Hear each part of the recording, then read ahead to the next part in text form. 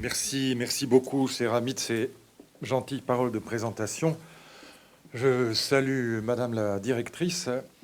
Merci de nous accueillir, mon ami Eric. Et puis je vois plein de visages amis, je ne vais pas tous les citer, mais il y en a déjà 3 là, qui étaient à l'époque où j'étais ministre, pas très loin de moi, et qui m'ont souvent, parfois, beaucoup aidé. Je dis souvent ou parfois parce que certains étaient directement à mon cabinet, d'autres un peu plus lointains, mais de toute façon amicaux et utiles.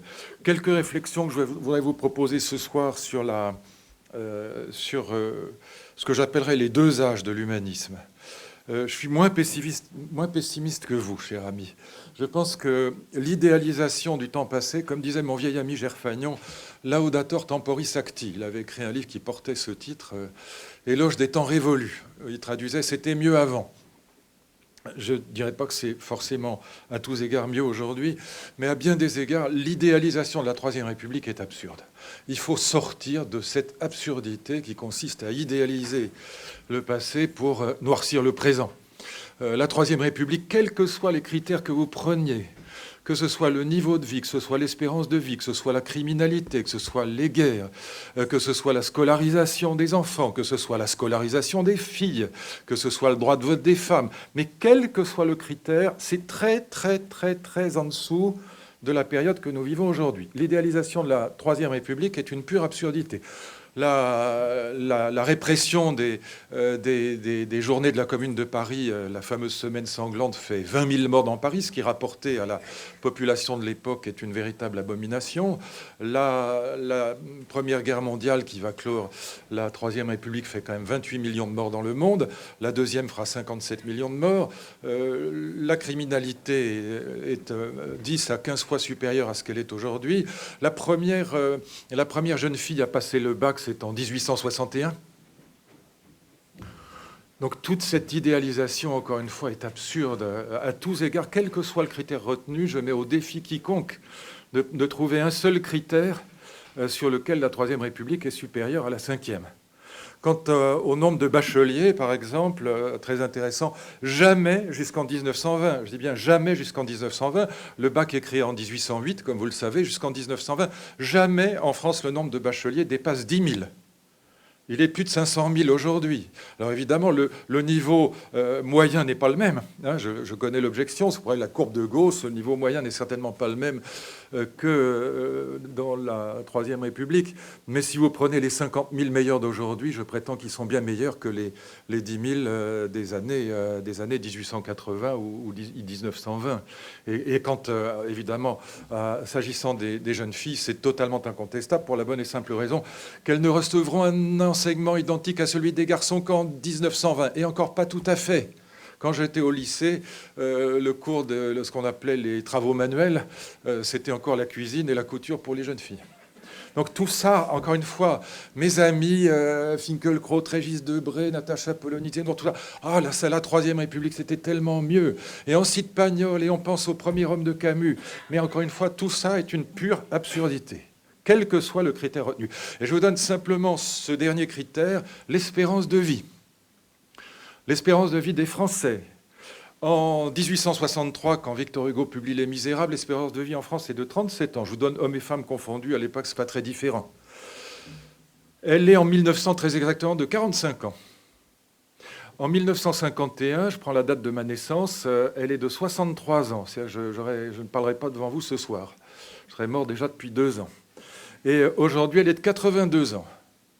Quant au niveau de vie, simplement depuis 1950, à nouveau, et je prends là un chiffre que j'emprunte à La prospérité du vice, le livre de Daniel Cohen, conseiller de Martine Aubry, peu suspect d'être un apologète du capitalisme sauvage, eh bien, le niveau de vie des Français en vrai pouvoir d'achat, en vrai niveau de vie, est 3 fois inférieur à ce qu'il est aujourd'hui. Le seuil de pauvreté aujourd'hui, selon l'Observatoire des inégalités, selon les statistiques actuelles, il est de 997 € par mois. C'était au-dessus du revenu moyen des Français en 1970. Donc vous voyez, arrêtons, encore une fois, Laudator temporis acti, mon ami Gerfagnan s'en moquait déjà, l'éloge des temps révolus, c'est un discours de vieux mammifères en fin de parcours. Et donc je voudrais prendre simplement un critère qui est celui de l'humanisme pour comparer ces 2 époques, les 2 âges de l'humanisme, Deux âges tout à fait passionnants tous les deux, mais séparés par beaucoup de points favorables à la deuxième période et défavorables à la première. Pour bien situer les choses, je voudrais reprendre de très loin la perspective qui fut celle de l'histoire de la philosophie depuis les Grecs jusqu'à nous, simplement pour situer et qu'on se comprenne bien ce qu'est véritablement l'humanisme. Dans l'histoire de la pensée occidentale, il y aura cinq grandes réponses à la question du sens de la vie, à la question classique, qu'est-ce qu'une vie bonne pour les mortels ? Il n'y a pas 50 000, il y a 5 grandes réponses qui s'organisent depuis la naissance de la philosophie en Grèce, depuis ce qu'on a appelé le miracle grec jusqu'à nos jours.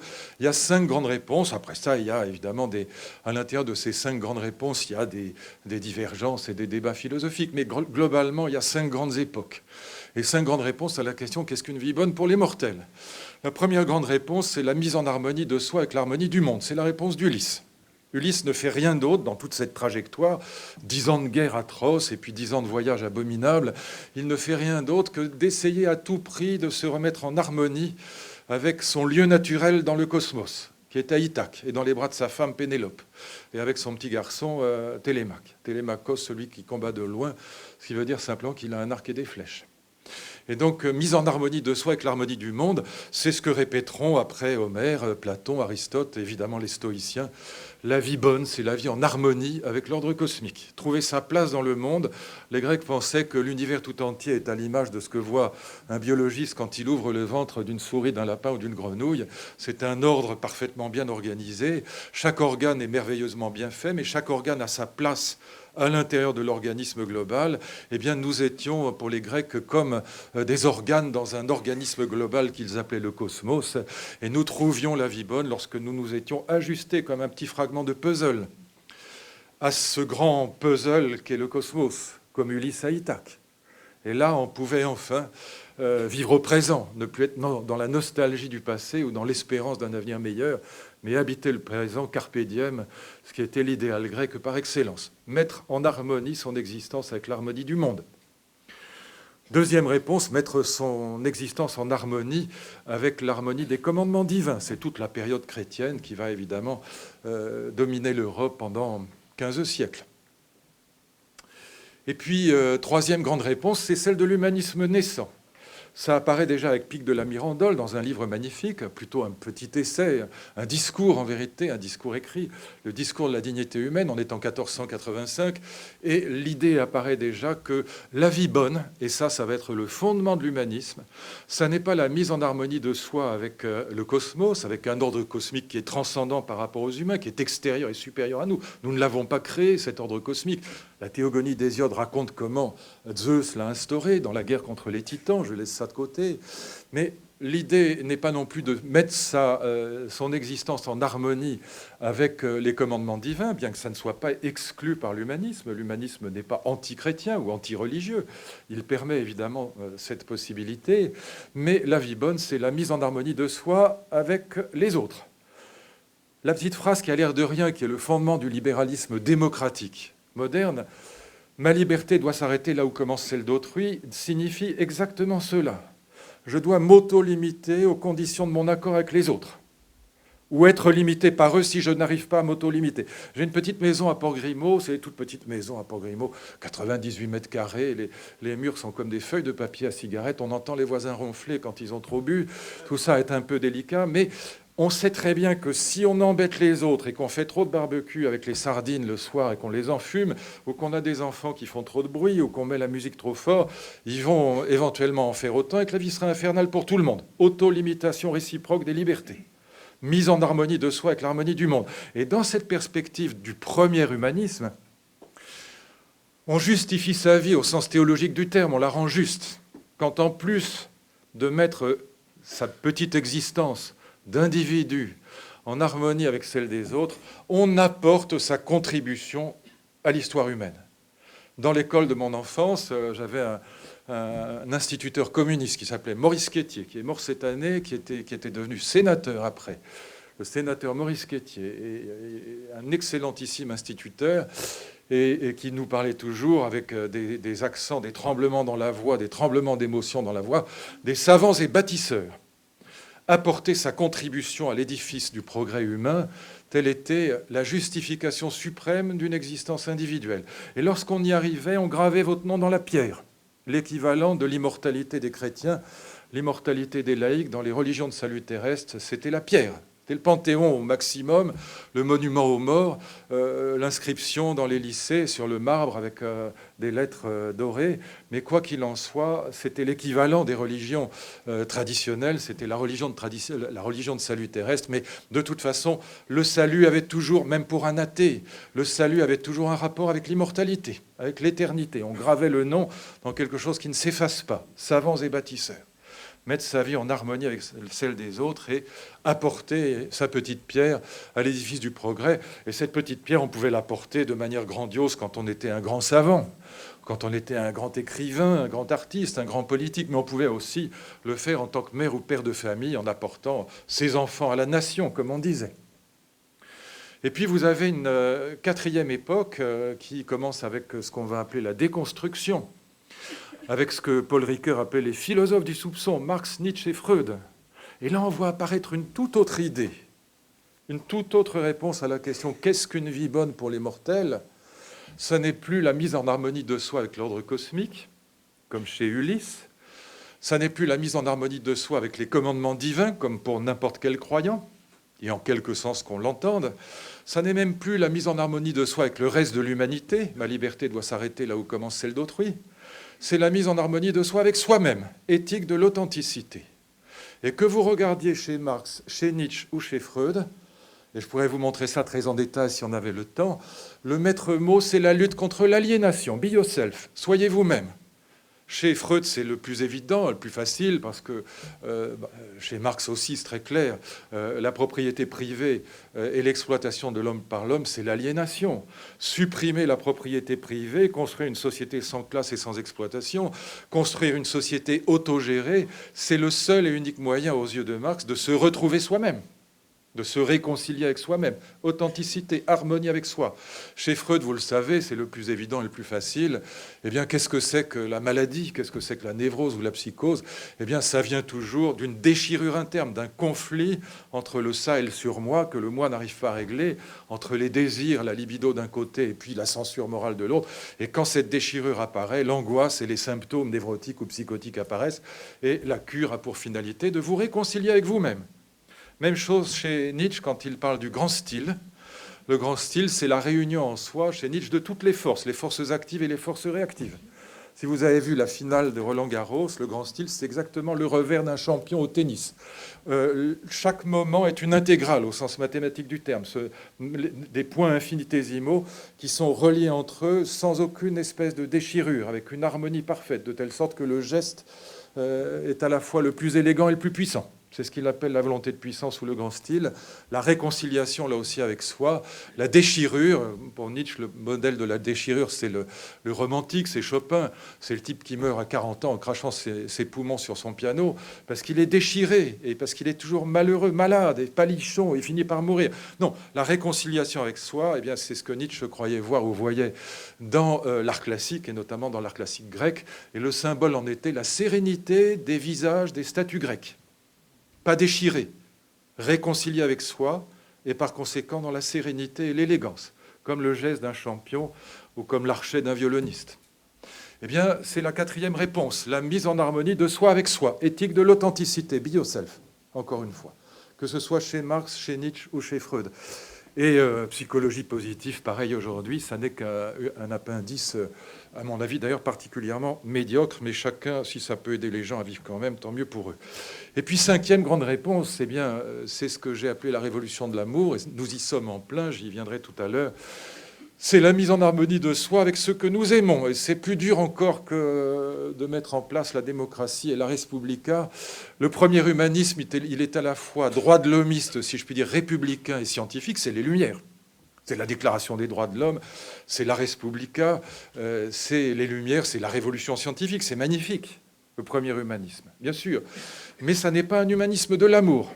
Et j'y reviendrai tout à l'heure, ce qui va nous faire entrer dans un deuxième humanisme et dans ce que j'ai appelé l'humanisme de l'amour et dans une révolution du rapport au sacré, c'est l'invention en Europe de la famille moderne et du mariage d'amour. Et je vous en dirai quelques mots, mais je voudrais m'attarder maintenant sur la différence entre ces deux âges de l'humanisme. Le premier, qui est en gros celui qui va des Lumières jusqu'à la fin de la Troisième République, avec, encore une fois, cette magnifique révolution scientifique. Le premier vrai scientifique dans l'histoire du monde, c'est Newton, avec la Déclaration des droits de l'homme, l'invention de la démocratie. Science et démocratie sont inséparables. Pourquoi ? Parce que les vérités scientifiques, et c'est ça la révolution des Lumières, les vérités scientifiques, elles traversent les classes sociales et les frontières. Avant la science, avant la physique moderne, il n'y a aucun discours universel dans le monde. C'est la première mondialisation. La science, elle traverse encore une fois les classes sociales et les frontières. Le principe d'inertie, formulé pour la première fois par Descartes, même si de travers, comme toujours avec lui, eh bien, le principe d'inertie, ça vaut pour les riches comme pour les pauvres, pour les puissants comme pour les faibles, pour les aristocrates comme pour les roturiers, mais aussi pour les Allemands, les Français, les Italiens, les Anglais et les Chinois de la même manière. Traverse classe sociale et frontières. C'est le premier discours universel. C'est le premier discours de la mondialisation. Sans la science, il n'y avait pas ça. Avant, on était dans la collection contes et légendes. Il y avait des mythologies japonaises, grecques, africaines, ce que vous voudrez, indiennes. Il y avait des religions, il y avait des cosmologies, il y avait des philosophies, des poésies, des littératures, des épopées. Mais aucune ne traversait les frontières, ni les classes sociales. Seule la science est vraiment démocratique. Nietzsche dira « la science est roturière ». Eh bien, cette première mondialisation, ce premier humanisme, c'est la même chose. Il va être fondé sur deux idées fondamentales. C'est ça, le premier humanisme. Deux idées fondamentales. Je n'ai pas le temps de les développer toutes les deux, je ne vous en donnerai qu'une. Il y a un héritage grec et un héritage chrétien. L'héritage grec, je l'indique quand même très rapidement, parce qu'il est tellement génial. C'est le mythe de Prométhée, qui est exposé notamment par Protagoras dans le dialogue de Platon qui s'appelle justement le Protagoras, dialogue éponyme, comme on dit, comme disent les cuistres. Eh bien, ce mythe de Prométhée, il est la première apparition de l'idée moderne de liberté. Qu'est-ce que c'est que le mythe de Prométhée ? Je vous le dis quand même très vite parce qu'il est tellement génial que c'est le fondement de l'humanisme moderne. Ça va être repris par Pic de la Mirandole, et puis après par Rousseau, par Kant, jusqu'à Sartre, Husserl et Heidegger. Quelle est l'idée ? L'idée est la suivante. Zeus a gagné la guerre contre les titans. Je vous fais ça très vite, mais c'est tellement grandiose. Zeus a gagné la guerre contre les titans, qui sont les premiers dieux, qui sont des dieux du chaos, de la violence, une force titanesque. Ils sont terrifiants, ils ne visent que la guerre et le chaos. Et Zeus a réussi, d'ailleurs grâce à ses deux premières femmes, Métis, l'intelligence, et Thémis, la justice, et puis aux cyclopes qui lui ont donné ses armes, la foudre, le tonnerre et l'éclair. Il a réussi à enfermer les titans dans le Tartare, dans le sous-sol de la terre, dans les enfers. Et donc le monde est parfaitement calme, paisible. Ils sont sur l'Olympe, les 14 Olympiens sont là, parce qu'ils ne sont pas 12, ils sont 14. Ils sont là sur l'Olympe, tout n'est que luxe, calme, beauté et volupté, comme dirait l'autre. Eh bien, c'est merveilleux, sauf que la paix, mes amis, il n'y a rien de plus ennuyeux. Au bout d'un certain temps, les dieux s'ennuient à mourir. Et Zeus, voyant que ses collègues sont là en train de s'embêter, il a une idée géniale. Il appelle Prométhée. Prométhée, c'est Prométhée, c'est celui qui pense en avant, c'est l'intelligent de la famille. Et là, qui est un fils de Titan, un fils de Japet, mais peu importe. Il appelle Prométhée et lui dit « Voilà, j'ai une idée géniale pour nous désennuyer de cette paix, de ce calme olympien. » C'est de là que vient l'expression « le calme olympien », après la guerre contre les Titans. Eh bien, pour me désennuyer, pour nous désennuyer de la paix, tu vas fabriquer les humains. Tu vas prendre de l'argile, de l'eau et puis du feu. Tu vas faire des petites figurines, ça s'appelle les archétypes, de toutes les espèces vivantes, les arbres, les animaux, les humains, et tu vas nous créer des mortels, comme ça la vie reviendra, les générations reviendront, l'histoire reviendra, les générations qui vont se succéder. Et Prométhée rentre chez lui, et son frère, il raconte ça à son frère, Épiméthée. Épiméthée, c'est le contraire de Pro. Épi, c'est après, c'est celui qui pense après coup, c'est l'idiot de la famille. Et Épiméthée lui dit « Mais sois gentil, Prométhée, laisse-moi m'exercer sur les animaux, c'est pas grave les animaux. Laisse-moi fabriquer les petites figurines de toutes les espèces animales, le chien, le chat, la tortue, le lapin, etc. » Et Prométhée, la mort dans l'âme, parce qu'il sait que son frère est idiot, le laisse faire quand même s'exercer sur les animaux. Que fait Épiméthée ?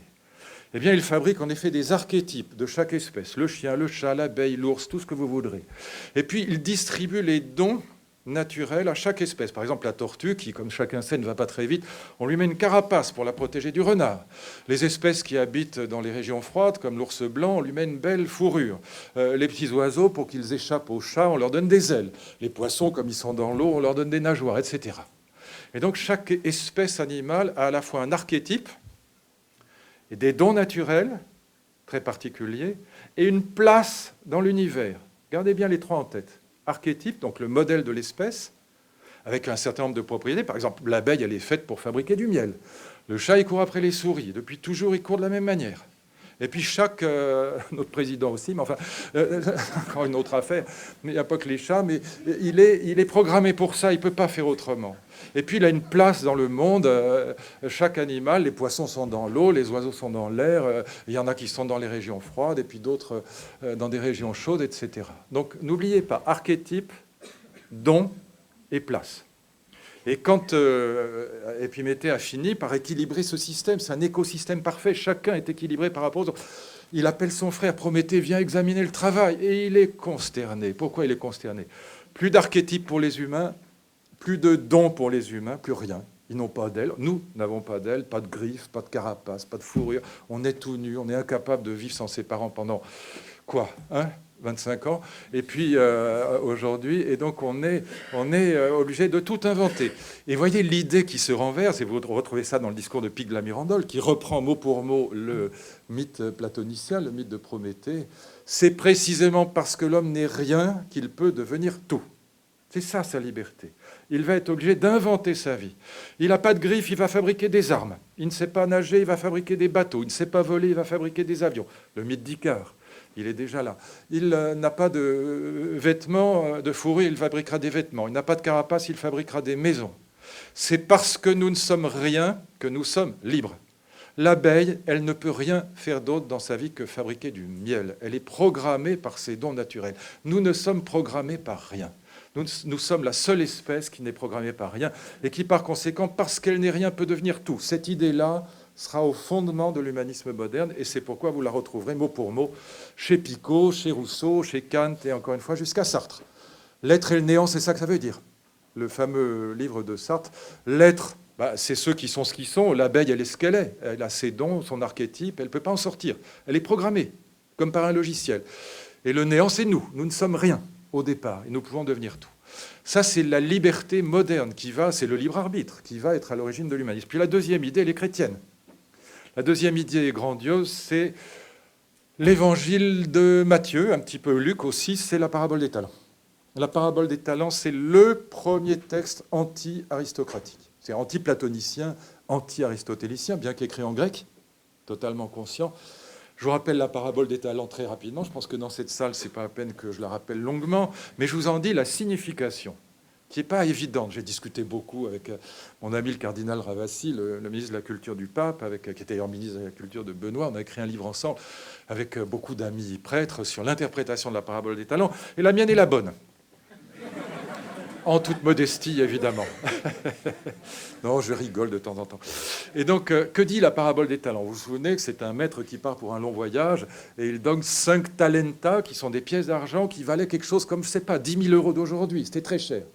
Une belle pièce d'argent. Il donne 5 talentas à son premier serviteur. Il convoque ses 3 serviteurs. 5 talentas au premier, 2 au second et 1 au troisième. On comprend métaphoriquement que ça signifie que le premier serviteur est le plus doué, le plus talentueux. Le deuxième un peu moins, le troisième pas du tout. Il fait son voyage, il revient, il fait les comptes. Le premier serviteur qui a reçu 5 talents en rend 10. Et c'est comme dans Les 3 petits cochons, littérairement c'est très important, la même phrase va revenir, comme dans les contes de fées. Bon serviteur, entre dans la joie de ton maître, lui dit le maître.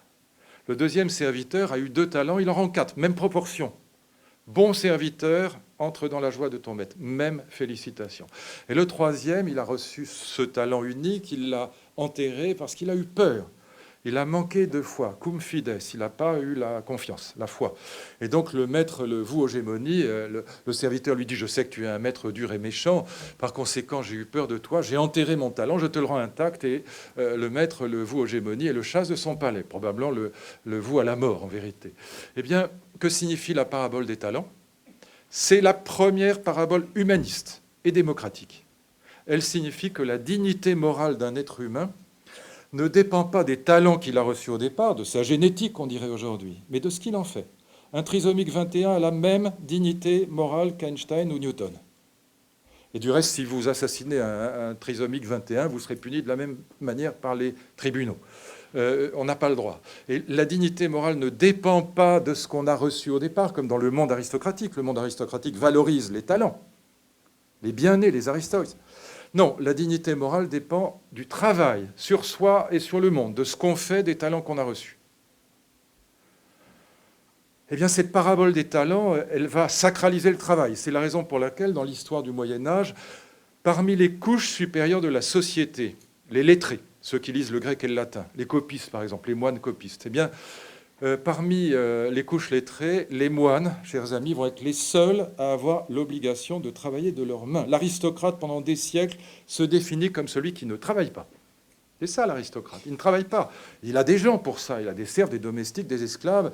Il ripaille, il fait la guerre, il joue de la musique, ce que vous voudrez. Mais il ne travaille pas, il a des gens pour ça. Le moine va travailler. Si vous allez dans les monastères du sud de la France, vous trouverez toujours des pressoirs à huile, des instruments agraires. On doit travailler de ses mains. Ce qui nous vaudra des inventions grandioses. Le champagne, Dom Pérignon, qui porte la trace de leur origine, évidemment. La bénédictine, la chartreuse, c'est de là que ça vient. Et les confidois, les confitures, tout ça vient des moines qui étaient obligés de travailler de leurs mains. Parabole des talents.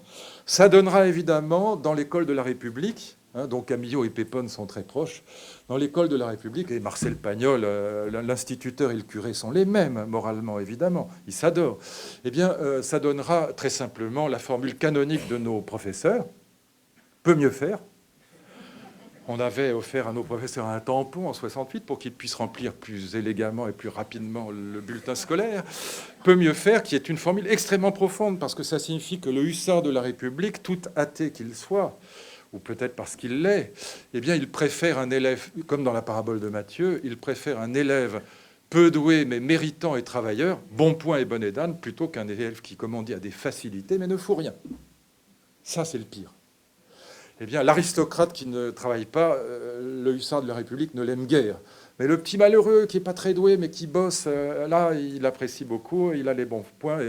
Et quand j'étais petit, on avait l'honneur d'aller effacer le tableau, si vous vous souvenez, pour les vieux dans la salle. Eh bien, nous avons là, voyez, un humanisme qui naît d'un héritage grec et d'un héritage chrétien. Et cet héritage grec, c'est la liberté, telle que Protagoras l'a conçue. Et en plus, je pourrais vous consacrer un séminaire d'une année sur cette idée de liberté.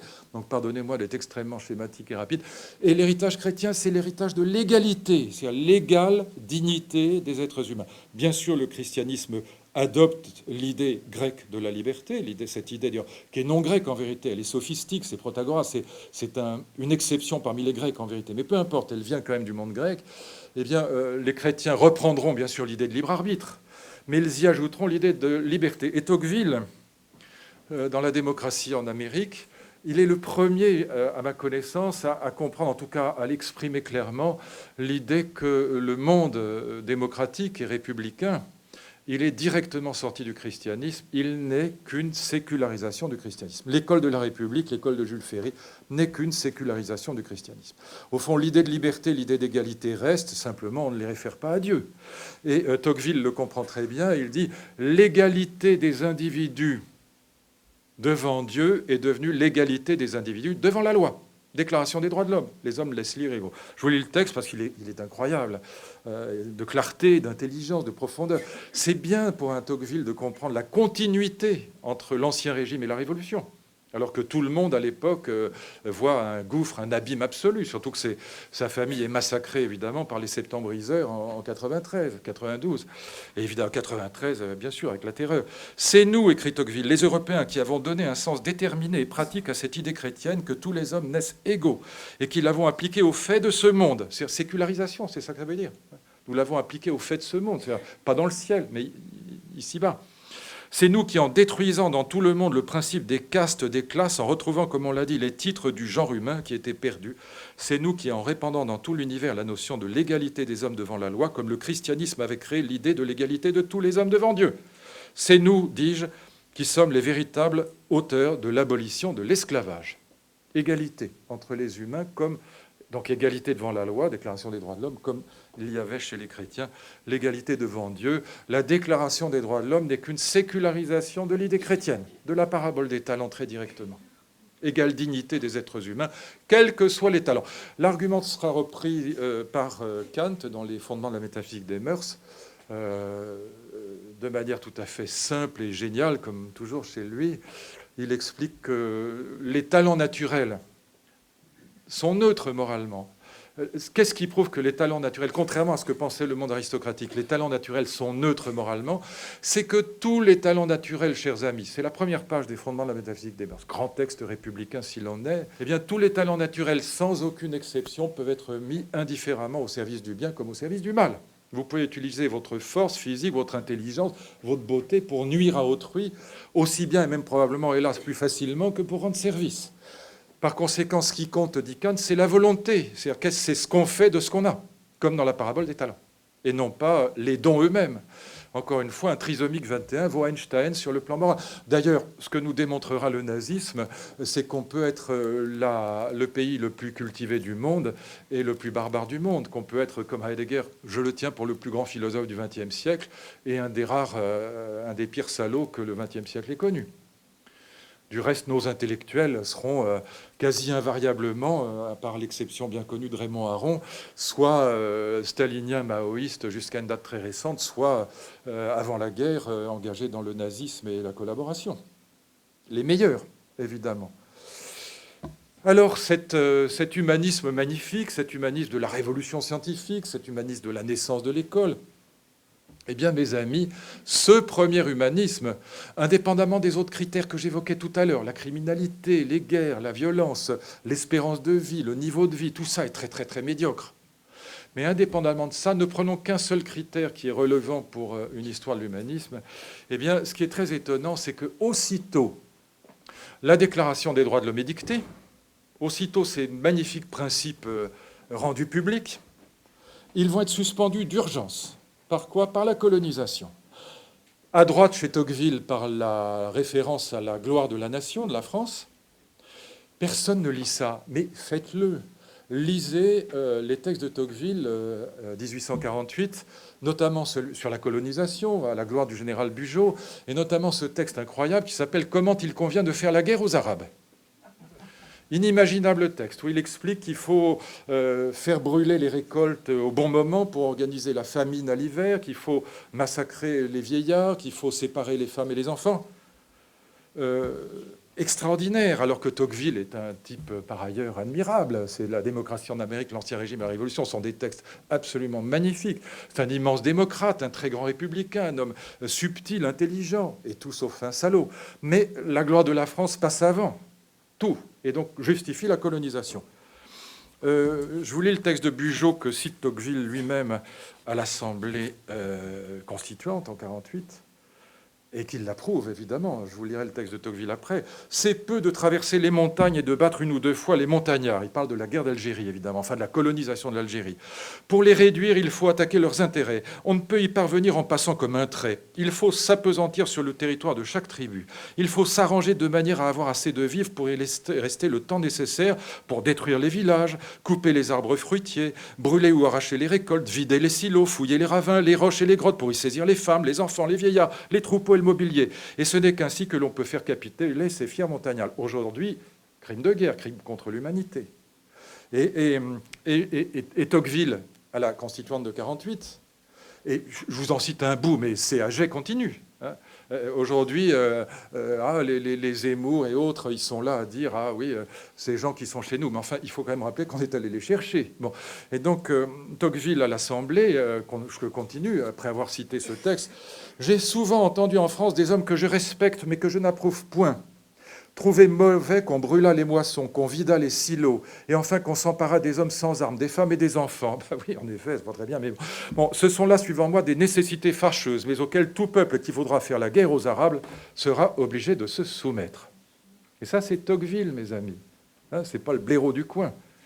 C'est Tocqueville, le plus grand, parmi les plus grands. Et c'est à jet continu. Donc lisez l'édition par Tsvetan Todorov des textes de Tocqueville sur la guerre en Algérie, et c'est fascinant. Il ne faut pas oublier ça. Et Il continue, c'est assez amusant, je le cite pour vous faire rire. Je ne pense pas, ajoute Tocqueville, que le mérite dominant de monsieur le maréchal Bugeaud soit précisément d'être un philanthrope. Non, je ne crois pas cela. Mais je crois que monsieur le maréchal Bugeaud a rendu sur la terre d'Afrique un grand service à la France. Nation. Immédiatement après, ou presque immédiatement après, vous retrouvez exactement la même chose à gauche. Comme vous le savez, ce sont les républicains qui vont coloniser l'Algérie et le Tonkin. Évidemment, mon ancêtre Jules Ferry et Paul Bert. Les deux grands éducateurs sont les deux grands colonisateurs pour les mêmes raisons. Il faut éduquer l'humanité, éduquer les barbares, et par conséquent, pour les éduquer, nos ancêtres les Gaulois, il faut les coloniser. Et ce que développe Paul Bert dans la Société d'anthropologie de Paris, c'est évidemment un racisme, pas simplement colonial d'ailleurs, un racisme tout court, que Ferry va reprendre de manière... par exemple, Paul Bert, parmi 1000 textes, je vois, vous pouvez trouver ça facilement. Les nègres sont bien moins intelligents que les Chinois et surtout que les Blancs. Il faut bien voir, ajoute-t-il, que les Blancs, étant plus intelligents, plus travailleurs, plus courageux que les autres, ils ont envahi le monde entier et menacent de détruire ou de subjuguer toutes les races inférieures. Il y a des hommes qui sont vraiment inférieurs. Ainsi, en Australie, l'Australie est peuplée par des hommes de petite taille, à peau noirâtre, à cheveux noirs et droits, à tête très petite, qui vivent en petits groupes, n'ont ni culture, ni animaux domestiques, sauf une espèce de chien, et sont fort peu intelligents. Et puis vous avez à la Chambre un débat magnifique. Allez voir ça, parce que c'est vraiment fascinant. Un débat entre Ferry et Clémenceau. Parce que quand je dis ça, évidemment, les intellectuels Troisième République qui nous, à jet continu, nous sacralisent la Troisième République, et que vous connaissez tous, ce sont d'ailleurs les meilleurs, hélas. Eh bien, ils disent, oui, mais à l'époque, c'était comme ça. Hein, à l'époque, tout le monde était comme ça. Mais c'est totalement faux. Non seulement il y a les philanthropes, alors ça, c'est les droits de l'hommisme de l'époque, on peut dire c'est des farfelus, mais pas du tout. Il y a Clémenceau. Et Clémenceau, c'est autre chose que les philanthropes. Et Clémenceau, il intervient à la Chambre en juillet 85 pour ratatiner Jules Ferry, et il va faire tomber le cabinet Ferry sur ce discours que je vous lis maintenant, et qui est absolument grandiose. Pour moi, il y a deux grands hommes dans l'histoire de France récente, Clémenceau et De Gaulle. Et le texte est incroyable, de modernité, d'intelligence, de profondeur. Puis c'est une époque où on parlait à l'Assemblée nationale comme on doit parler. Bon, c'est un peu changé. Ah oui, j'ai eu le malheur, la première fois que j'ai parlé à l'Assemblée nationale, de dire un tout petit mot en latin. Oh là là, mais alors les pauvres, non seulement ils étaient perdus, mais alors ils étaient vraiment vexés, parce que parler, mettre un mot en latin. Écoutez bien, d'abord le texte de Ferry et la réponse de Clémenceau. Et vous allez voir que, contrairement à ce qu'on dit, à l'époque, l'opposition au racisme colonial, elle ne venait pas que des royalistes, contrairement à ce que vous lisez partout dans le livre d'histoire. C'est pas vrai. Ça venait des républicains, et notamment du plus grand d'entre eux, évidemment, Clémenceau. Type merveilleux, Clémenceau. D'abord le texte de Ferry, 30 juillet 85. « Messieurs, il faut parler plus haut et plus vrai. Il faut dire ouvertement qu'en effet, les races supérieures ont un droit vis-à-vis des races inférieures. Je répète qu'il y a pour les races supérieures un droit, parce qu'il y a un devoir pour elles. En effet, elles ont le devoir de civiliser les races inférieures. Je soutiens que les nations européennes s'acquittent avec largeur, grandeur et honnêteté de ce devoir supérieur de civilisation. » Ferry est ratatiné, je vous disais, par Clémenceau, avec ce discours qui va faire tomber son gouvernement, son cabinet, comme on dit à l'époque. Il cite le texte que je viens de vous lire. Voici en propres termes la thèse de M. Ferry. Et l'on voit le gouvernement français exerçant son droit sur les races inférieures, entre guillemets, en allant guerroyer contre elles et les convertissant de force au bienfait de la civilisation. Race supérieure, race inférieure, c'est bientôt dit. Pour ma part, j'en rabats singulièrement depuis que j'ai vu les savants allemands démontrer scientifiquement que la France devait être vaincue dans la guerre franco-allemande parce que le français est d'une race inférieure à l'allemand. J'avoue, depuis, j'y regarde à deux fois avant de me tourner vers un homme ou vers une civilisation et de prononcer homme ou civilisation inférieure.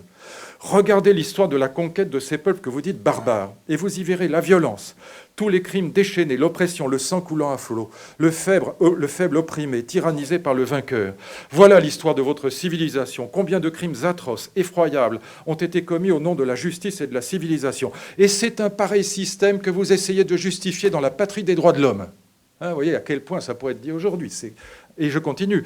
Mais n'essayons pas de revêtir la violence du nom hypocrite de civilisation. Ne parlons pas de droit et de devoir. La conquête que vous préconisez, c'est l'abus pur et simple de la force que donne la civilisation scientifique sur les civilisations rudimentaires pour s'approprier l'homme, le torturer, en extraire toute la force qui est en lui au profit du prétendu civilisateur. Ce n'est pas le droit, c'en est la négation. Parler à ce propos de civilisation, c'est joindre l'hypocrisie à la violence. Pas mal, hein ? 1885. Donc qu'on ne me dise pas que tout le monde parlait comme Jules Ferry ou Paul Bert à l'époque, ça n'est pas vrai. Le plus grand des républicains ne parlait pas comme eux. Et donc on pouvait en effet s'opposer à ça. Et donc on a un premier humanisme, une première modernité républicaine, avec cette révolution par ailleurs formidable, la révolution scientifique, la révolution des droits de l'homme formidable, mais immédiatement suspendue, je résume, à droite, au nom de la grandeur de la France, et à gauche, au nom de l'histoire et de l'éducation, mes amis. Et qu'est-ce qui va nous faire passer dans un autre humanisme? Je vais dire les choses de manière extrêmement brutale et bête, mais c'est pour qu'on se comprenne. Nous allons passer de la colonisation, non seulement à la décolonisation, mais à l'aide publique au développement, à l'APD, aux objectifs du millénium. Bon, donc ça n'a rien à voir. On est dans un tout autre monde. Qu'est-ce qui s'est passé entre-temps? Il y a eu évidemment Lévi-Strauss et le regard ethnologique qui est apparu avec la reconnaissance que les cultures ne sont pas moindres et qu'elles sont autres. Bon, très bien qu'elles sont différentes. Le musée des arts premiers du Quai Branly est censé en témoigner. Je ne suis pas très convaincu. Mais surtout, ce qui va... Oui, je ne suis pas très convaincu parce que je continue à penser que Bach, le clavecin bien tempéré, c'est quand même mieux que le tambourin d'Ambiquara. Mais bon, chacun... Voilà, il y a quand même... voilà. Et que par ailleurs, on passe notre temps à dire à nos enfants, mais mon Dieu, apprenez à lire. Et voilà, on lutte contre l'illettrisme et on a affaire à des sociétés sans écriture. Donc on ne peut pas les valoriser non plus de la même manière. Bon. Et Proust, voilà, c'est quand même pas mal. Balzac, Stendhal, Hugo, c'est quand même grandiose. Les Misérables.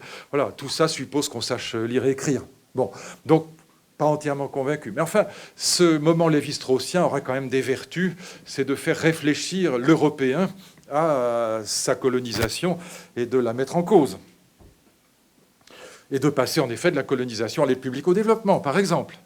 Mais il n'y a pas que ça. L'essentiel, c'est la révolution de l'amour, et je termine avec ça. La révolution de l'amour, le premier livre à parler de la famille moderne, c'est le livre de Philippe Ariès qui s'appelle « L'enfant et la famille sous l'Ancien Régime ». On est dans les années 60, c'est un livre absolument formidable, c'est un livre admirable. Ariès est un type extraordinairement intelligent qui a été un peu occulté parce qu'il était très à droite, mais on peut être très à droite et très intelligent. Et c'était le cas de Tocqueville, c'était le cas de Barrès et beaucoup d'autres. Et Philippe Ariès est un type formidable. L'enfant et la famille sous l'Ancien Régime, c'est un livre absolument magnifique qui va essaimer. Ariès, c'est celui qui invente ce qu'on va appeler la nouvelle histoire, ou l'histoire des mentalités. Dans l'historiographie, on ne s'était jamais intéressé à l'histoire de la vie quotidienne chez les individus lambda. On s'intéressait à l'histoire de l'art, à l'histoire des batailles, à la diplomatie, à l'histoire économique, ce que vous voudrez. Mais comment on mangeait, comment on mourait, comment on élevait ses enfants, comment on se mariait, eh bien tout ça, ça passait à là. C'est au fond cette vie privée, le statut des femmes, tout ça était encore une fois passé à là, on ne s'y intéressait pas. Et c'est Philippe Ariès qui fonde au fond cette nouvelle histoire, c'est pour ça qu'on va l'appeler la nouvelle histoire, l'histoire des mentalités, c'est-à-dire l'histoire de la vie quotidienne dans les temps anciens. Et il s'intéresse d'abord, il va s'intéresser beaucoup à la mort, il y a un livre magnifique sur la mort, et en effet on ne mourrait pas du tout de la même manière au Moyen-Âge et aujourd'hui, mais d'abord et avant tout il s'intéresse à la famille, à la naissance du mariage d'amour en Europe, c'est au mariage choisi. Après, il y aura 1000 historiens qui vont s'engager dans cette voie. Les grands médiévistes français, comme Jean-Louis Flandrin, comme mon vieil ami, malheureusement, disparu aujourd'hui, François Lebrun, qui a écrit un petit livre magnifique qui s'appelle « La vie conjugale sous l'Ancien Régime », qui est un disciple d'Ariès. Viviana Zelizer aux États-Unis. Peut-être le plus beau livre, le plus savant, c'est le livre d'un historien américain qui s'appelle « La naissance de la famille moderne » et qui est un livre absolument magnifique que vous pouvez trouver en collection Point. Et puis beaucoup d'autres livres sur l'abandon d'enfants, John Boswell par exemple, chez Gallimard. Enfin, je ne vais pas vous donner une bibliographie complète, mais c'est un continent histoire qui s'est ouvert avec Philippe Ariès. Et ces grands historiens vont nous apprendre 3 choses qui sont absolument fondamentales pour la naissance de l'éducation moderne, mais surtout pour l'histoire de l'humanisme. Je n'ai pas évoqué, mais sous Victor Hugo, sous la Troisième République plus exactement, eh bien, le travail des enfants, il commence à 4 ans, 5 ans pour les petites filles. Et il y a les premiers arrêtés 1841, ça commence, où on commence à limiter un tout petit peu. Il faut attendre la fin du 19e siècle pour qu'on limite l'embauche à 12 ans. Avant, elle était entre 4 et 8 ans. Bon. Il y a 130 000 enfants qui travaillent dans les mines parce qu'ils sont tout petits, ils peuvent passer dans les boyaux étroits. Regardez les chiffres et tout ça, on idéalise, encore une fois, sur le droit des femmes, rien que sur le droit des femmes et le droit des enfants, la Troisième République est juste abominable. Bon. Donc arrêtons, et sur le racisme colonial, bon, arrêtons encore une fois d'idéaliser cette époque. Mais j'en reviens à cette révolution qui va fonder le deuxième humanisme. Il va tout changer. C'est celui dans lequel on est aujourd'hui. Et donc, je pense que cette époque est à tous égards supérieure à l'ancienne.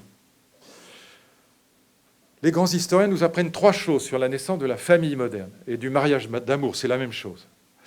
Premier élément, au Moyen-Âge, on ne se marie, et j'aurais presque fini, on ne se marie jamais par amour. Lisez, c'est très significatif, en dehors des travaux des historiens, parce que tout ça est dans la littérature. Lisez par exemple la nouvelle de Maupassant qui s'appelle Jadis. Et puis lisez tout simplement dans Montaigne, livre 3, chapitre 5, qui est consacré à la vie de famille et à la vie privée. Au Moyen-Âge, l'idée même de mariage d'amour, de mariage choisi par amour, paraît totalement absurde, encore à Montaigne. Montaigne, par exemple, écrit cette phrase que je cite de mémoire, mais sans changer une virgule. « J'ai vu parfois, écrit-il, guérir de manière honteuse et déshonorante l'amour par le mariage. » On ne guérit pas l'amour par le mariage. On ne se marie pas par amour. Ça n'a pas de sens. Quelle est la finalité du mariage? Quel est le motif du mariage? Il est triple. 1, le lignage. Il s'agit de transmettre son nom et son patrimoine à l'aîné.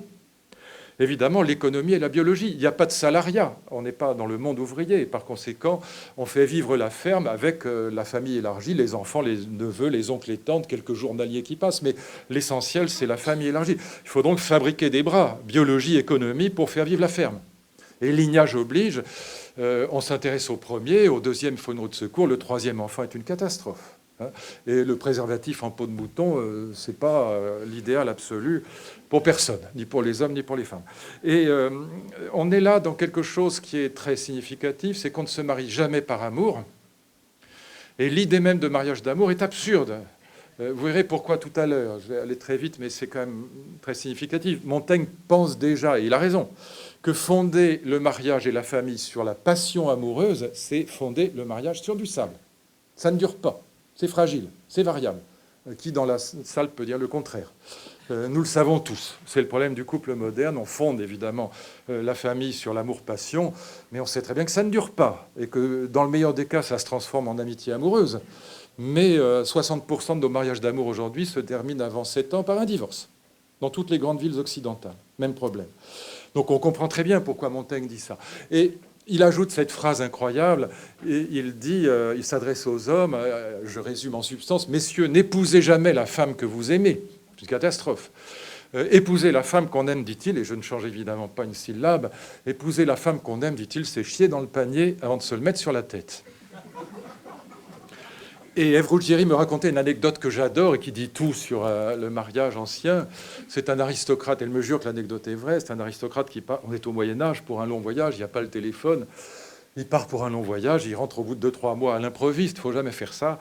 Il rentre à l'improviste et il pousse la porte de son boudoir, il trouve son meilleur ami, le châtelain d'à côté, et sa femme. La femme est agenouillée, l'amant a le pantalon sur les chaussures, la dame est en train de pratiquer ce qu'on appelle communément une bonne manière, il n'y a pas d'enfant dans la salle. Et le mari tout de même un peu choqué met les mains sur les hanches et dit « Mais enfin, madame, imaginez que ce soit quelqu'un d'autre que moi qui soit rentré dans la pièce. » Comme il n'y a pas d'amour-passion, il n'y a pas de jalousie, mais il y a le souci du lignage. Deuxième enseignement des grands historiens, non seulement on ne se marie pas par amour, mais on ne se marie pas, on est marié. Et jusque dans mon enfance, une jeune fille ne se marie guère dans un milieu bourgeois sans l'autorisation du père de famille. C'est légal, mais ça ne se fait pas. Et donc on est marié, et une pratique va passionner les historiens, c'est la pratique du charivari. Quand un homme est trompé par sa femme, eh bien dans les villages, on va choper le malheureux dans son champ, parce qu'on a marié les jeunes. C'est le village qui a marié. Le village est une fête communautaire. Le village, c'est par exemple le moyen, en mariant deux jeunes gens appartenant à des familles qui étaient en bisbille, de réconcilier des familles, de mettre ensemble des parcelles de terrain qu'on cultivera plus facilement. C'est ça aussi l'enjeu du mariage. Même chose chez les princes et les princesses, en politique de puissance. Et donc, quand un type est cocu, on va le chercher dans son champ, on l'assied à l'envers sur un âne, ça s'appelle l'azouade. Ce qui est très intéressant, c'est que ces pratiques, ces habitudes ont reçu des noms, suscité un vocabulaire, donc c'était très courant. L'azouade, on lui fait traverser, on le met à l'envers sur l'âne, pour montrer qu'il ne va pas droit. Et donc on lui fait traverser le village, sous les colibets, les crachats, on lui jette des légumes pourris à la figure. On remet les deux époux dans leur maison, et là commence le charivari. On va taper sur les murs de la maison. On a gardé l'idée de boucan dans le charivari. On dit aux enfants, arrêtez ce charivari. Mais c'est pas ça au Moyen-Âge. On va taper sur les murs de la maison, quelquefois jusqu'à 48 heures, avec des pelles, des pioches, des poêles, des casseroles, tout ce qui fait du bruit. Et quelquefois, on organise autour de la maison un carnaval de faux musiciens, munis de faux instruments, comme les crécelles. Et le bruit rappelle la loi de la famille, du mariage, qui est malgré tout la fidélité, lignage oblige. Donc on ne se marie pas, on est marié. Troisième enseignement, je vais très vite et je conclus. Troisième enseignement, comment est née la famille moderne, comment est né le mariage d'amour, ce que j'ai appelé la révolution de l'amour. Et c'est typiquement européen et moderne. C'est vraiment les années 40-50 et c'est uniquement l'Europe et enfin l'Occident, ce qui en dépend. Mais vous savez que d'ici 2020, 130 millions de petites filles seront mariées de force dans le monde. Au Nigeria, au Pakistan, en Inde, ça continue. Des bébés, des 6 ans, 7 ans, 8 ans. C'est une horreur. Bon. Et nous inventons donc ce mariage d'amour avec tous ses défauts, bien sûr, bien connus, dont le divorce. Mais nous allons néanmoins l'inventer. Pourquoi ? Je parlais tout à l'heure du livre, j'ai oublié de vous citer le nom, c'est Edward Shorter, La naissance de la famille moderne, qui a très bien montré de manière tout à fait géniale, passionnante, intelligente, intéressante, documentée, que c'est le capitalisme moderne qui invente le mariage d'amour. Pourquoi ? Parce que le capitalisme moderne va inventer l'individu. Marx et Tocqueville sont d'accord là-dessus. Le capitalisme moderne, il va arracher les individus au communautarisme religieux des villages. C'est l'histoire des femmes, beaucoup. Mettez-vous à la place d'une gamine de 15 ans qui va monter à la ville pour travailler comme ouvrière. Mettons une petite Bretonne qui s'arrache à son village, où elle était mariée sans qu'on lui demandât son avis.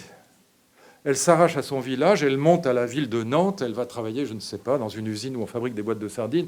Et cette petite gamine, au lieu de la taper le matin pour la sortir du lit, aller garder les vaches, on la paye pour travailler. Mesdames, vous le savez bien, le revenu, c'est le nerf de la guerre. Que vous vouliez vous marier ou que vous vouliez divorcer, mieux vaut avoir un revenu, sinon vous êtes feinté. Et donc, cette petite gamine, une fois qu'elle a son salaire, si petit soit-il, elle va prendre, par exemple, une chambre de bonne avec une ouvrière comme elle, et elle va pouvoir dire non au village. Je ne veux plus être mariée. Je veux me marier. Et mettez-vous à sa place. Je veux me marier avec qui ? Avec le jeune homme bien fait là-bas à l'établi pour lequel j'éprouve du sentiment. Et c'est comme ça que le mariage choisi va devenir un mariage d'amour. On invente dans les années 1830 le mot individualisme, non pas du tout comme dans les journaux aujourd'hui pour dire le repli sur soi, la sphère privée, pas du tout. C'est pour décrire le mouvement d'arrachement des individus par rapport aux structures religieuses traditionnelles, religieuses et paysannes traditionnelles. La naissance du mariage d'amour, la naissance du mariage choisi par amour. Avec 3 conséquences sur lesquelles je conclus. Première conséquence, la naissance de l'amour des enfants. Contrairement à ce qu'on croit, on n'aime pas les enfants au Moyen-Âge. Le premier, oui, parce que lignage. Le deuxième, route de secours. Le troisième est une catastrophe. Jean-Louis Flandrin, magnifique médiéviste, a fait toute une série de travaux sur la mise à mort des enfants au Moyen-Âge. Elle est considérable, considérable. Le Petit Poucet est une histoire vraie. John Boswell a fait un livre sur l'abandon d'enfants. Il estime que jusqu'au début du XIXe siècle, 30% des petits Français sont abandonnés. Et donc on a une mise à mort. Flandrin analyse les homélies des prêtres, très intéressantes, qui s'adressent aux parents, aux pères de famille. Ne dormez pas avec les nourrissons. Ah oui, le père de famille dort avec le nourrisson. Hein. Tous ceux qui connaissent la campagne savent qu'on retire le porcelet à la truie dès qu'elle met bas. Mais là, le père de famille dort avec le nourrisson. Et le matin, pas de chance, le petit est étouffé. Et puis la mise en nourrice, je cite dans mon livre le cas d'une nourrice à laquelle on confie 13 enfants. Elle n'en rend pas un seul vivant. Elle n'est pas mise en examen, c'est fait pour. Mise en nourrice, abandon d'enfants, dormir avec les enfants, la mortalité infantile provoquée est considérable. Jusqu'au XIXe siècle, seul un enfant sur 2 parvient à l'âge de 10 ans. Et vous savez, c'est dur à tuer un enfant, ça ne se tue pas comme ça. Je veux dire, ça ne meurt pas bêtement, ça ne meurt pas de maladie comme ça. Les cancers, c'est chez les vieux, c'est pas rarement chez les enfants. Bon. Et donc, en vérité, on a cru longtemps que c'était l'hygiène, la médecine. Pas du tout. C'est la mise à mort des enfants, la mise à mort provoquée. Et donc, on a retrouvé ça, encore une fois, pour l'essentiel, dans les homélies des prêtres et dans les documents sacerdotaux. C'est très intéressant, cette histoire-là. Donc, lisez Flandrin, c'est magnifique, enfin, si je puis dire, parce que c'est évidemment inquiétant. Et donc là, premier effet de la révolution de l'amour, nous allons nous mettre à élever des enfants. Nous allons, la première conséquence, chers amis, mettre fin au travail des enfants. Et ça, c'est les années 1920, c'est tout récent. On met fin au travail des enfants, et à la place du travail des enfants, du travail salarié, nous allons faire quoi? Scolariser les enfants. Le passage du travail en usine à la scolarisation en école, c'est directement lié à l'amour des enfants dans la famille. Pourquoi? Parce que quand on se marie par amour, on aime les produits de l'amour. L'amour est transitif, on se marie par amour, mais pour l'amour. Et donc c'est ça que j'appelle la révolution de l'amour. La fin du travail des enfants, la naissance de la scolarisation, en vérité, c'est lié à cette révolution de la famille moderne, très directement. Deuxième conséquence, évidemment, l'invention du divorce. 1884 pour la France. Si vous fondez le mariage sur la passion amoureuse, vous êtes obligé d'inventer le divorce. On ne divorçait pas au Moyen-Âge parce que le fait de ne pas s'aimer n'était pas un motif de divorce, tout simplement. Et comme dans tous les grands mythes amoureux, le plus grand, c'est Tristan et Isolde, on est mariés, mais l'amour-passion est toujours hors mariage. Et puis, troisième grande conséquence, et c'est la plus importante, et je termine avec ça, c'est la vraie grande différence avec ces guerres épouvantables, encore une fois, 28 millions de morts pour la Première Guerre mondiale, 57 millions pour la Deuxième, 500 000 encore pour la guerre d'Algérie. Eh bien, ce qui va changer complètement la donne et qui fait que les démocraties ne se font plus la guerre, et depuis la Deuxième Guerre mondiale, eh bien, j'avais traduit un texte de Kant qui s'appelle toujours d'ailleurs le projet de paix perpétuelle, un texte de 1795, texte tout à fait génial, traduit dans la Pléiade, où Kant explique que les démocraties ne peuvent pas se faire la guerre parce que dans les démocraties, ce sont les peuples qui décident de la guerre. Et quand ce sont les peuples qui décident de la guerre, ils y regardent à deux fois. Quand ce sont des tyrans, des monarques, et que vous êtes fusillé comme au chemin des dames par le général Nivelle en 1917, 300 000 morts pour une colline, plus personne n'accepterait ça aujourd'hui. Eh bien, quand ce sont des tyrans ou des monarques qui décident, évidemment, c'est beaucoup plus facile de décider de la guerre que quand ce sont les peuples démocratiques qui en décident. Je ferme la parenthèse. Mais ce que nous vivons aujourd'hui, chers amis, c'est une révolution dans l'ordre du sacré. Et on peut l'interpréter, si on est croyant, chrétien notamment. Chrétien, c'est le plus facile, si je puis dire. On peut y rajouter, si je puis dire, le christianisme sans aucune difficulté. C'est un hommage rendu à la tradition chrétienne. Mais on peut aussi être tout à fait athée et néanmoins avoir un rapport au sacré. Le sacré, ça n'est pas l'opposé du profane. Ça, c'est la définition des dictionnaires. Le sacré, c'est ce pourquoi on peut se sacrifier. Des valeurs sont sacrées pour moi quand je pourrais mourir pour elles. C'est toujours le rapport à la mort et au sacrifice qui commande la définition de ce que nous tenons comme sacré. En d'autres termes, et c'est ma conclusion, l'histoire du sacré, c'est l'histoire des guerres. Pourquoi les humains ont-ils accepté de mourir, et même massivement parfois, comme on dit, la fleur au fusil? La vérité, c'est que les trois grandes figures du sacré dans l'histoire du monde, et pas seulement de l'Europe, c'est Dieu, la patrie et la révolution. On est mort pour Dieu, les guerres de religion ont été les pires de toutes, les guerres entre protestants et catholiques ont été une véritable abomination. Au nom de l'amour du Christ, on a embroché des enfants vivants, on les a mis à rôtir dans l'âtre le jour de la Saint-Barthélemy. On a commis les pires saloperies possibles et imaginables entre protestants et catholiques. On n'a jamais rien fait de pire que les guerres de religion, d'ailleurs ça continue. Deuxième figure du sacré, mais pas en Europe. Pas en Europe, il n'y a pas de fous de Dieu en Europe. Oui, ils viennent d'ailleurs. Deuxième grande figure du sacré, la patrie, la nation. Encore une fois, 28 millions de morts au total pour la Première Guerre mondiale et 57 millions pour la Deuxième. Et je prétends que tout ça est terminé dans nos démocraties. Et troisième grande figure du sacré, la Révolution, évidemment.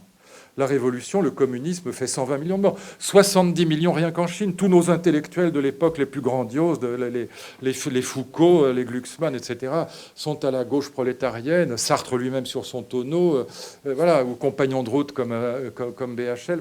Voilà. Et aujourd'hui, on nous donne des leçons de morale. C'est fascinant. Entre 60 et 70 millions de morts. On découpe les gens vivants entre des feuilles de palmier pour ne pas gâcher les cartouches. On a peu d'images de cette révolution culturelle chinoise. J'ai beaucoup d'amis en Chine qui l'ont vécu et qui me disent qu'on ne peut pas imaginer ce qu'ils ont vu. Des gens traîner sur des tessons de bouteilles pendant des rues entières avant d'être achevés à coups de pioche. Enfin, voilà, l'horreur. Eh bien, ce sont les trois grandes figures du sacré. Dieu, la patrie, la révolution. C'est les trois grands motifs de guerre. Posez-vous la question en vous-même maintenant, que vous soyez chrétien ou non, n'y change rien. Pour qui ou pourquoi vous seriez prêt à risquer de votre vie ? C'est ça la question du sacré. Réponse pour l'immense majorité d'entre nous et probablement pour la totalité d'entre nous dans cette salle. Les seuls êtres pour lesquels nous serions prêts à risquer, voire à donner notre vie, ce sont des êtres de chair et de sang, ce sont des personnes, ce sont des humains. C'est ce que j'appelle la sacralisation de l'humain.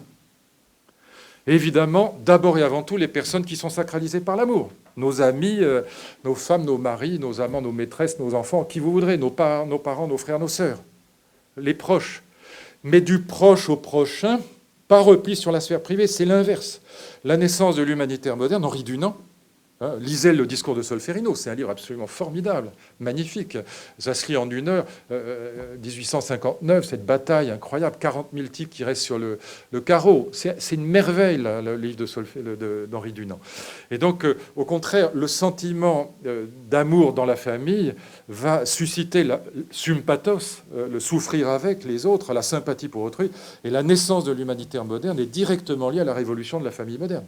Ce n'est pas du tout un repli sur soi auquel on a assisté en Europe, c'est exactement l'inverse. On invente la famille moderne, on invente le mariage d'amour, on invente l'amour des enfants, même parfois excessif, exponentiel, mais en même temps, on invente l'action humanitaire. Et Badinter m'avait dit une fois que je faisais une conférence comme celle-ci devant lui, il y a bien longtemps déjà, il m'avait dit au fond, la différence entre la Déclaration des droits de l'homme et l'action humanitaire moderne, celle d'Henri Dunant jusqu'à Médecins sans frontières ou Médecins du monde, la formule traditionnelle a été légèrement modifiée. La formule traditionnelle, c'est « ne fais pas à autrui ce que tu ne voudrais pas qu'on te fît ». La formule de l'humanitaire moderne, elle va plus large, c'est « ne laisse pas faire à autrui ». C'est la lutte contre l'indifférence. Ne laisse pas faire à autrui ce que tu ne voudrais pas qu'on te fît. Et ça, c'est vraiment le deuxième humanisme, c'est vraiment la période moderne. Eh bien, ce que nous vivons, c'est une révolution dans l'ordre du sacré, c'est la sacralisation de l'humain. Ça pose plein de problèmes, je vous dis ça à la hache et de manière évidemment très rapide, mais vous voyez que ce deuxième humanisme, il est très différent du premier, et je prétends que malgré tous les défauts qu'on peut lui trouver, et vous savez, je ne suis pas innocent, j'ai vécu la vie politique, ce n'est pas un chemin de rose. Je suis capable, aussi bien que Finkielkraut ou mon ami Régis Debray, de voir la bêtise crasse des émissions de télévision, auxquelles d'ailleurs il participe régulièrement, comme moi. Mais je pense malgré tout que nous avons vécu un formidable progrès. Et je le symboliserai d'une dernière phrase. Je suis le premier garçon dans ma famille à ne pas partir faire la guerre, tout simplement. Mon oncle a fait la guerre d'Algérie. Mon père s'est évadé 4 fois des camps nazis, s'en est jamais remis. Il a vu les choses les plus abominables qui soient. Mon grand-père a fait la guerre de 14. Et après, je remonte comme ça jusqu'aux guerres de Hollande. Pas le président, mais les guerres dans le pays que vous connaissez. Merci de votre attention et pardon d'avoir été trop long. Un grand merci à vous.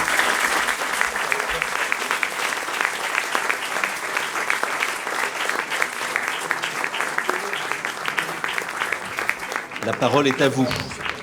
Merci de cette fresque très brillante que vous nous avez retracée. Vous nous interrogiez sur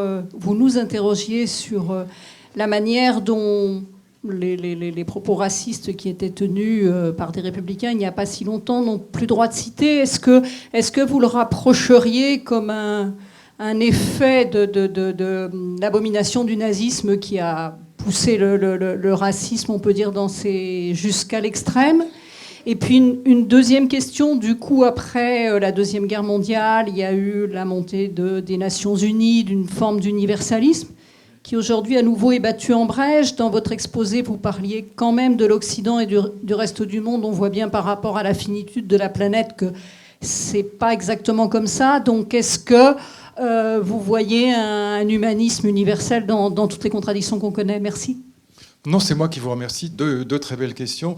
Je vous dirais simplement pourquoi j'aime pas le mot optimiste, mais je suis pas pessimiste. Je pense que le monde est tragique, c'est-à-dire que le progrès se paye toujours, mais je pense que quand vous regardez, remettez-vous par la pensée en 70, 68.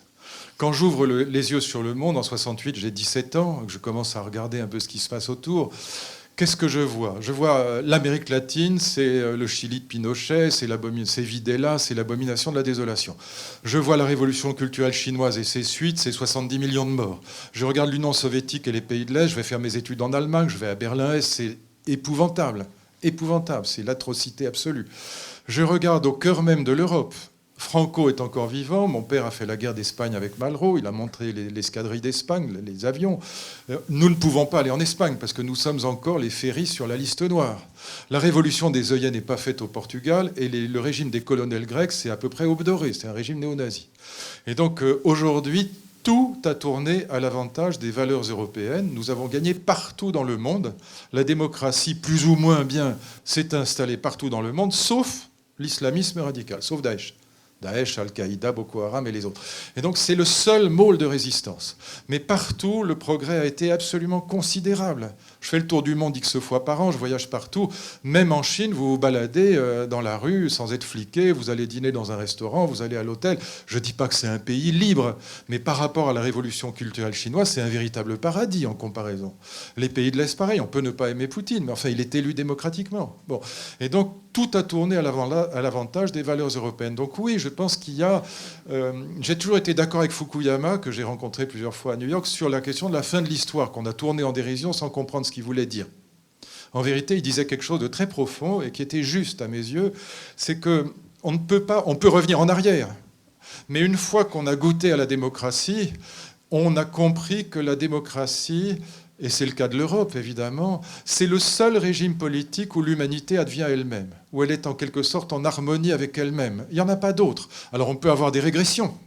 On peut revenir à un régime théocratique, on peut repasser de la République de Weimar au nazisme. Les régressions sont toujours possibles, mais on ne peut pas inventer quelque chose d'autre de supérieur au régime démocratique. On peut perfectionner la démocratie, on peut avoir, je ne sais pas, des jurys populaires, plus de référendums, comme en Suisse. On peut discuter de tout ça. Mais Kant le disait dans un autre texte que j'ai traduit, d'ailleurs, tout à fait, s'appelle Was Aufklärung, qu'est-ce que les Lumières? Et il disait, c'est très profond là aussi, les Lumières, c'est-à-dire la civilisation européenne, c'est la sortie de l'enfance. C'est la seule civilisation où nous sommes sortis, nous les citoyens de ces pays démocratiques, nous sommes sortis de l'enfance et de la minorité. Nous sommes traités comme des adultes, y compris les femmes. On ne dit pas aux femmes, vous ne passerez pas le permis de conduire comme en Arabie Saoudite. Et donc oui, je pense qu'il y a là quelque chose qui pousse vers cette idée d'une civilisation universelle. Le nazisme a joué évidemment un très grand rôle dans cette histoire, vous avez raison de le noter, parce que dans les années 30, les meilleurs intellectuels français pouvaient encore se permettre d'être nazis ou d'être à l'extrême droite. C'est impossible après. Ils vont tous passer du côté du Parti communiste, y compris des gens comme Edgar Morin, comme mon vieil ami François Furet, qui était le plus proche de mes amis, qui était permanent du PC, y compris jusqu'à mon ami André Comte-Sponville ou Alexandre Adler, qui sont des proches, qui rentrent au PC en 68 et qui le quittent en 80 ou 82. Hein. Et donc, l'extrême droite est totalement disqualifiée. Et tout ce qui compte comme intellectuel, d'Edgar Morin à François Furet, André Comte-Sponville, tout ce que vous voudrez, tout ce qui compte comme intellectuel va de toute façon déserter complètement l'extrême droite. Donc ça a joué un grand rôle. Mais ce que le nazisme nous apprend surtout, et je m'arrête avec ça, c'est pas qu'il a disqualifié l'antisémitisme qui était archi-courant en France avant, ou qu'il a disqualifié définitivement l'extrême droite. Et Marine Le Pen est à droite, mais elle n'est pas. C'est l'antisémitisme n'est pas son fonds de commerce. C'est pas ça. C'est pas là-dessus qu'elle prospère. Elle prospère sur l'immigration, la mondialisation, mais pas sur le racisme et l'antisémitisme. C'est pas le principal, comme c'était le cas dans le nazisme. Bon. Et donc, ce que le nazisme nous a appris, c'est une chose qui est beaucoup plus tragique. C'est pour ça que je parle de tragique. Je suis ni pessimiste ni optimiste. Je suis tragique au sens vraiment de l'Antigone de Sophocle. Il n'y a pas de lumière sans ombre.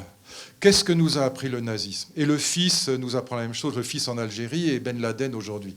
C'est que le pays le plus civilisé du monde, avec l'école la plus somptueuse qui soit, pouvait être le pays le plus barbare du monde.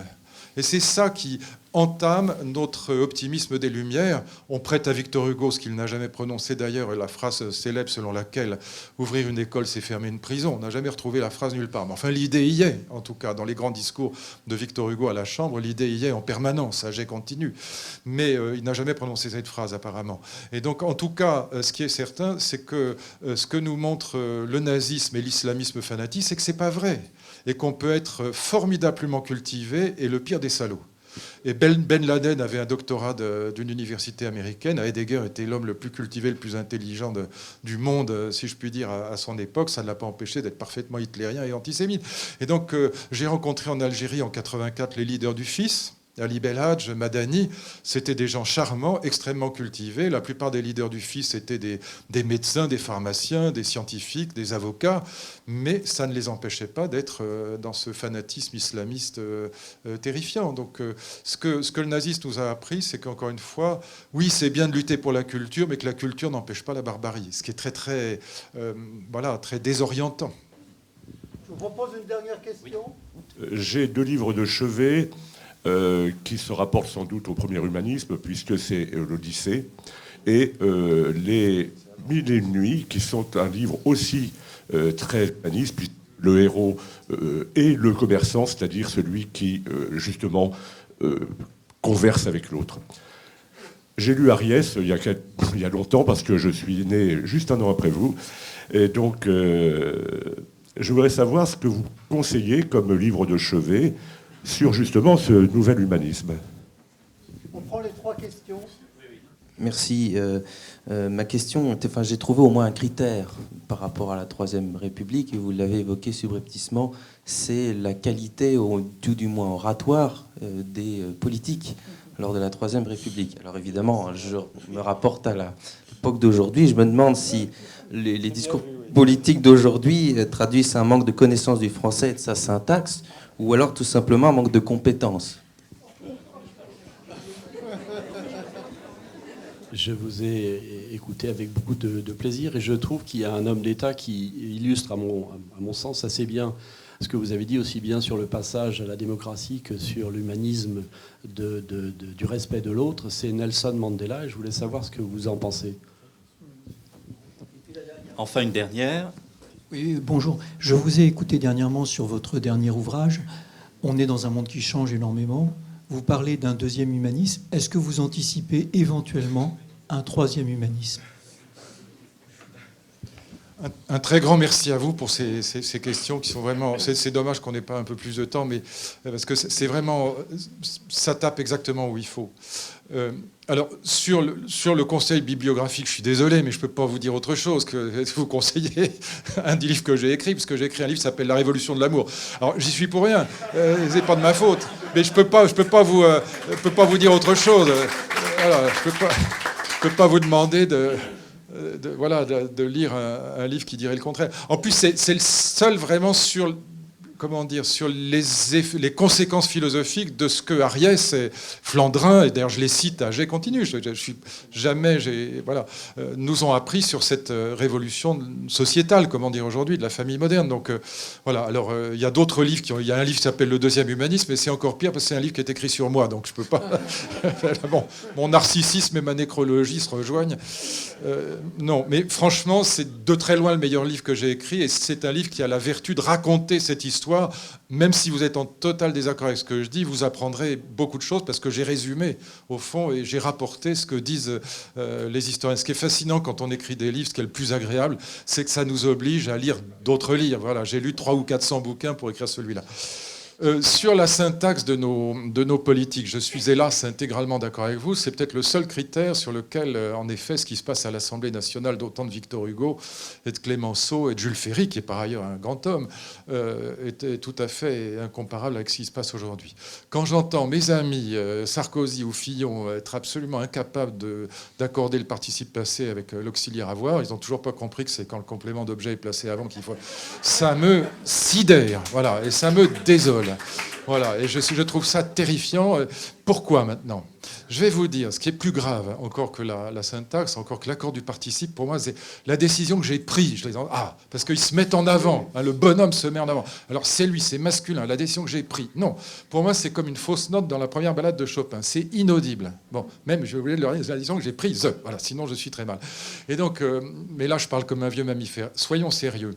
Je reviens à l'essentiel.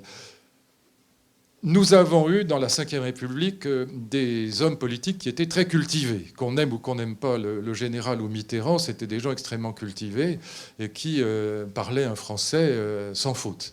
Mais ils avaient une culture littéraire, pour l'essentiel, et historique très grande. Et en plus, je dirais que jusqu'à Jacques Chirac, ils avaient connu la guerre. Et par conséquent, ils avaient un certain sens de l'histoire, je dirais, incorporé mécaniquement entre eux, automatiquement entre eux. Ça allait de soi. Et donc, c'est d'ailleurs une des raisons pour lesquelles, y compris Mitterrand, ils avaient avalé la boussole européenne, parce qu'ils savaient que la construction de l'Europe, c'était vital pour la France, et qu'on n'allait pas recommencer. Quand Mitterrand et Kohl se tiennent la main, c'est quand même une image magnifique. La plus belle de toutes, pour moi, c'est lorsque le général de Gaulle embrasse Adenauer. Vous vous rendez compte, c'est à peine 10 ans, 15 ans après la guerre. Bon, on est quoi, en 63, le traité de Berlin, ou 61, je me souviens plus, j'y étais, je me souviens, c'est 61.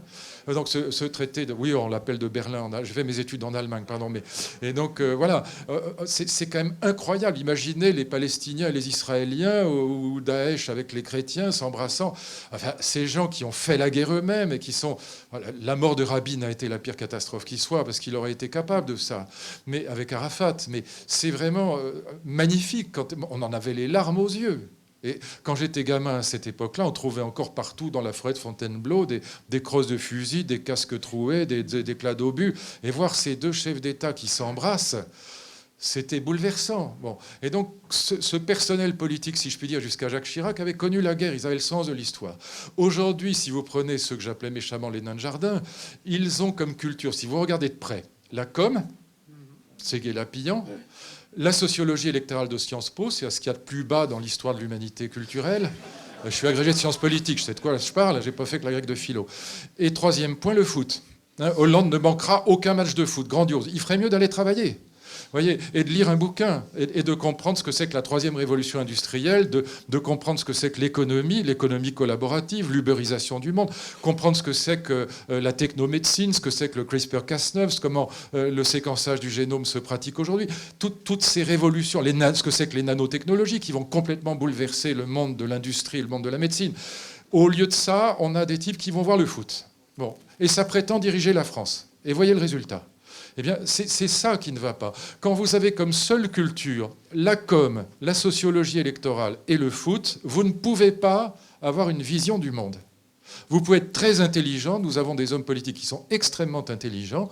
Ne croyez pas que Sarkozy ou Hollande ne sont pas des gens intelligents. Ce sont des gens extrêmement intelligents qui ont une pugnacité très grande, qui ont des qualités tous azimuts extrêmement grandes, extrêmement grandes. On n'arrive pas là-haut sans passer par un chemin de croix, si j'ose dire, épouvantablement difficile à traverser.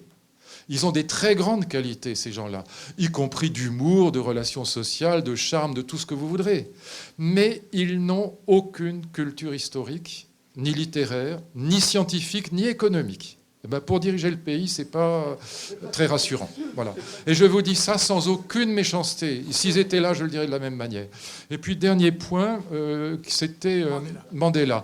Ben oui, Mandela, bien sûr, on ne peut qu'applaudir, mais ce n'est pas très original de le dire. Bien sûr qu'on ne peut avoir qu'un immense respect, une immense admiration pour la trajectoire de ce bonhomme. Et surtout, je dirais, j'allais dire son côté chrétien au meilleur sens du terme, c'est cette capacité au pardon.